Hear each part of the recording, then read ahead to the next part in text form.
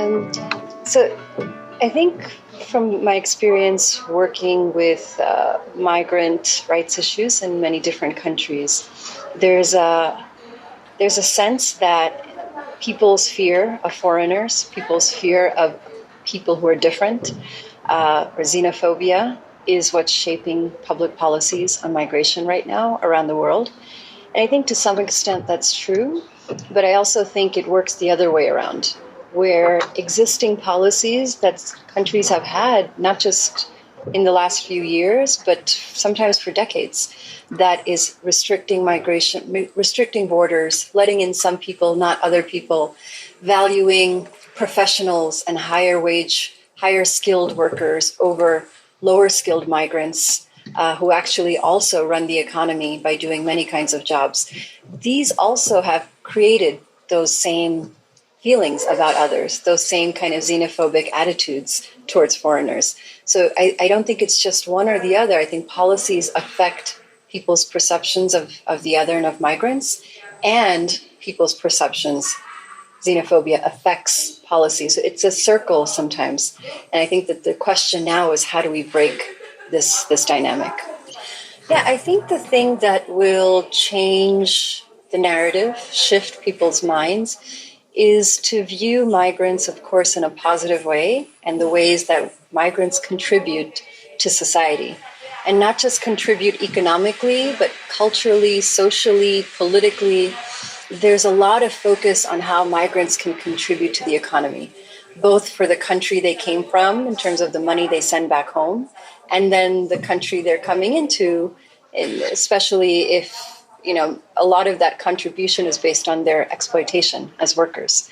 But outside of that, there are so many examples of migrant women who are engaged who are active participants in the country that they're now living in their destination country. Migrant mothers who are working with children in the public schools, working with citizen mothers to improve the public school system. Migrants who join trade unions, migrants who become active in the communities that they went to improve that community, to build understanding of each other.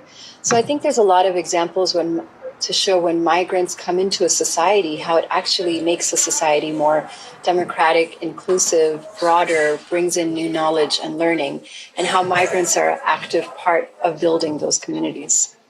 The purpose of my coalition and my work is to build this longer-term international global movement for the rights of migrants. That in order to do that, we have to work across borders. We have to build transnational networks with each other.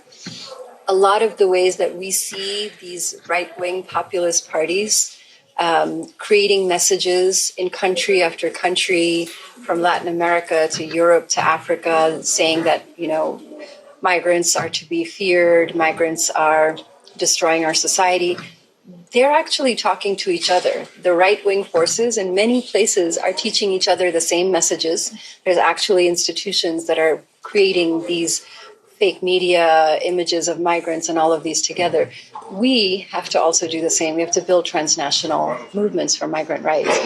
One of the reasons it's so hard to do that, of course, is because migrants often can't travel in that way, and especially those who are the most vulnerable, undocumented migrants or poor workers. But those that can have been building in the last 12 years of this global process that I've been a part of, my coalition has been a part of, we have built sort of an emerging movement across borders. And one of the things that's the most productive out of this is when migrant networks, say in Africa, and migrant networks in Latin America meet each other and they exchange stories about what issues they face, what conditions they face, what campaigns they've taken on, what the results have been, and they strategize and they learn from each other. This exchange and learning across regions is really powerful, but it's also a way that the regions start building solidarity with each other. Particularly migrants in global south regions, but those same migrants in the north are building alliances where they keep communicating with each other and keep working together. It's also difficult because migrants don't have the right to vote in most societies that they live in. And so it's also very important for migrant and citizens to build movements with each other, solidarity movements of those who will speak up in their votes, in their political action that they can take in their countries in support of migrants as well.